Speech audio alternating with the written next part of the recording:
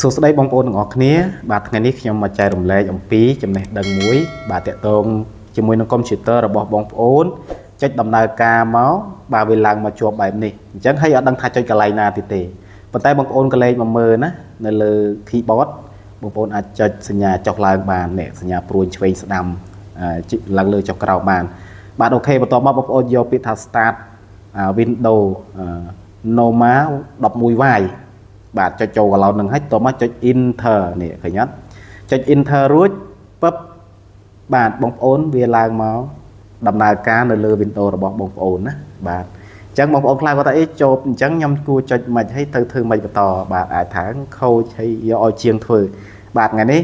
ធ្វើតាមវិធីនេះបានណាបញ្ជាក់ណាសម្រាប់កុំព្យូទ័ររបស់ខ្ញុំជា Windows 7 ទេស៊េរីចាស់ណាបាទ